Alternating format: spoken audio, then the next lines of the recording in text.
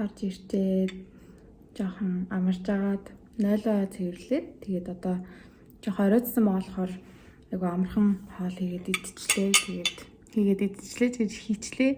Өмнөх хагас өдөр гэртээ их цэвэрлэгээ хийж бодоод тэгээд ер нь нэг дор цэвэрлэхээр яг ажлын хажуугаар ер нь амжихгүй жоох ядрах гэдэг болохоор би зүгээр нэг хэсгээ ингээл хуваарлаад өдөр цэвэрлэжтэй мүү гэж бодож байгаа.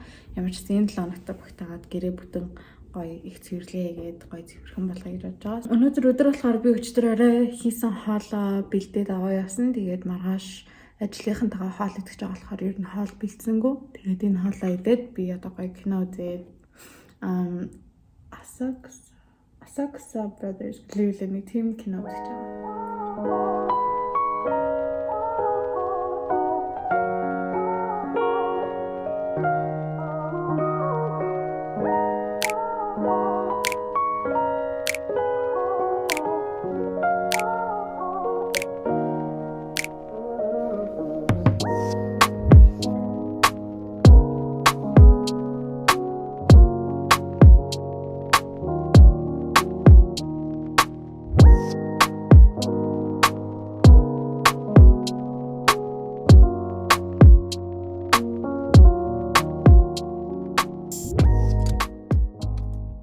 Өглөөний минь би одоо босоод жоохон дасгал хийгээд ажил руугаа явах чинь.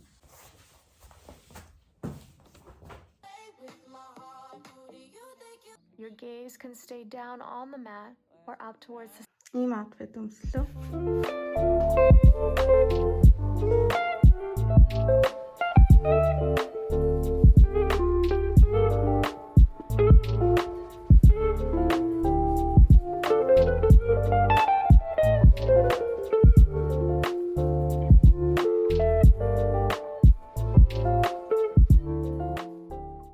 Гэрээсээ хоол авчраагүй үедээ хаяа GS25-аас авчдаг. Тэгээ GS25 арай гайгүй сонголттой юм шиг санагддаг. Тэгээ энэ луунтай жуусыг анх удаа ууж үзсэн чинь бас гоё амттай билээ.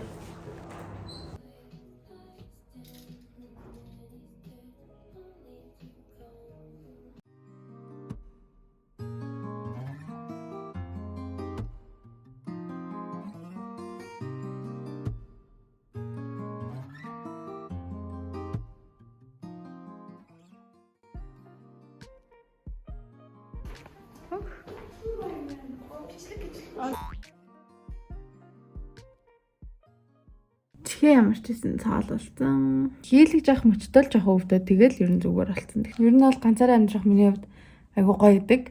Гэхдээ бүр нэг хэдэн сартаа нэг ганц удаа ч юм уу нэг тийм гэрлүүгээ ганцаараа хармааргүй санагддаг үе ер нь байдаг. Тэгээд ингээд гэртээ очихаар нэг тийм гоё өгтөх, хүнтэй явах гэр бүлтэй хүмүүстэй баймаар юм шиг санагддаг үе нэг ганц хоёр байдаг хгүй ер нь хэдэн сартаа. Энэ 7 хоног манай ааж хоёр хотод байхгүй байгаа. Тэгээд очиж чадаагүй. Тэртээ тэргүй хэдэн жилийн дараа тэгэл хүнтэй суугаал хүүхэд мөхтэй болол тэгэл гэр бүлтэй болол жоохон өөр тийм үе шатруу орно шүү дээ миний амьдрал. Тэгэл тийм болохоор яг одоо ингээ ганцаараа байх үеэж гэсэн ер нь амар хайрлт ингэж явдаг. Тэгээд ганц хоёр нэг иймэрхүү юм мэдрэгдсэн өдрүүд нэг амар тоодаггүй. Нэг хайлт мэдэрдэг мэдрэмж ахгүй юу? Би ингээ ихтэй дээрч ярьлаа шүү заагл.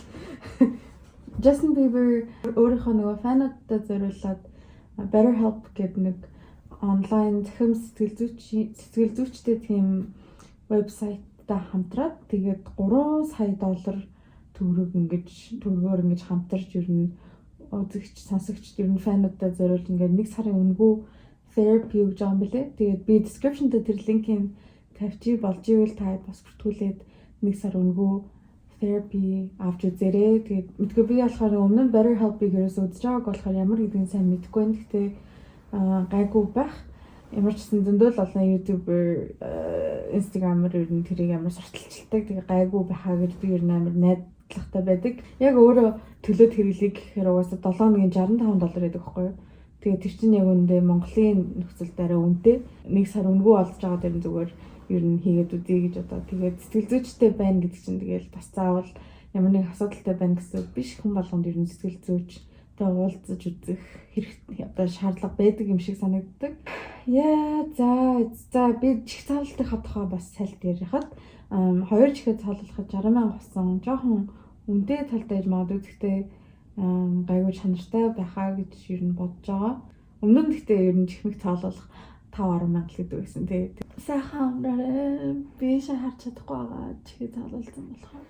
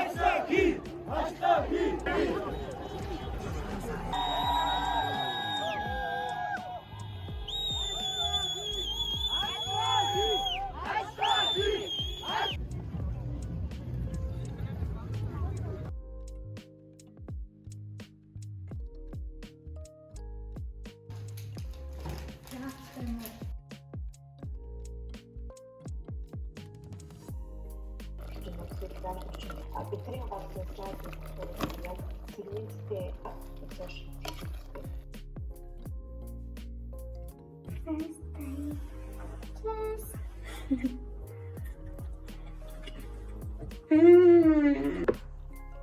Cheers. Wow, this is really good. Nata.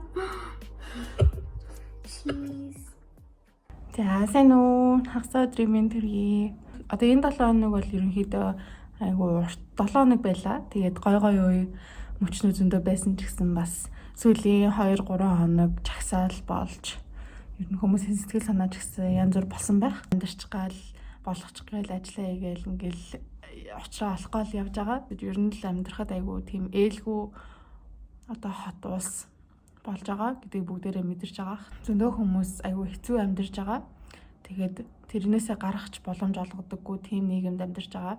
Тийм болохоор ер нь бол бүгдээрээ одоо дуурах үедээ дуурч, тэмцэх үедээ тэмцэж зөв аргаар тэмцэх хэрэгтэй. Би одоо 23 хүрэн 22 3-та хүний хувьд яг ажил их сургуулаа төгсөөд 2 жил болж байгаа хүний хувьд ч гэсэн ингээл яаж хайтайхан амьдрах вэ гэдэг ер нь бодол сүүлийн хэдэн жилүүдэд амар бодогдож эхэлсэн.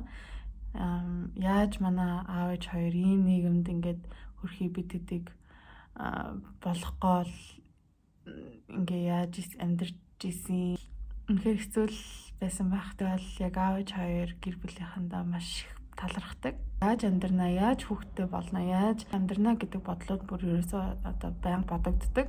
Тэгээд гэхдээ яг хуу мэдээж тэгэл ирээдүйдээ санаа зовж ийснаас ер нь одоо үедээ дараагийнхаа өнөөдрийн бас дараагийнхаа алхмыг бодоод амьдрах нь зөв. Тэгвэл хаяа ер нь одоо яаж амьдрдсан болдоо гэсэн бодол ер нь айгүй их орж ирдэг. Тэгээд миний үеийн хүмүүс ер нь ойлгох хаа. Угаасаа бүх хүнд мэдрэгддэг мэдрэмжүүдийн нэг байх гэж боддог. Угаасаа тэгэл учир нь олдоол нэг нэгээрээ ингээл өдрөдрийг давж тулсаар идэл нэг ингээл учир нь олдогдоол тэгэл угаасаа гайгүй явцдаг байх. Зүгээр л нөгөө нэг санаа зовж байгаа талдаа нэг иймэрхүү юм боддог байх л та. Яах нь мэдгэдэггүй айгүй тийм хэцүү нийгэмд амьдарч байгаа ч гэсэн тэгээд байнга тэрэндээ бодож стресстэлгүй гоё гэгээлэг юм бодож байхыг хичээгээрэй. Би иймэрхүү дүү Michelle Choi, Janem нэг иймэрхүү төрлийн влог хийдэг влогер дээ шүү дээ. Тиймэрхүү бичлэг хийхээр ямар санагдчих та хэд комментоор санал бодлоо хэлээрэй. Дараа 7 хоног бичлэгээр уулзъя. Баяртай.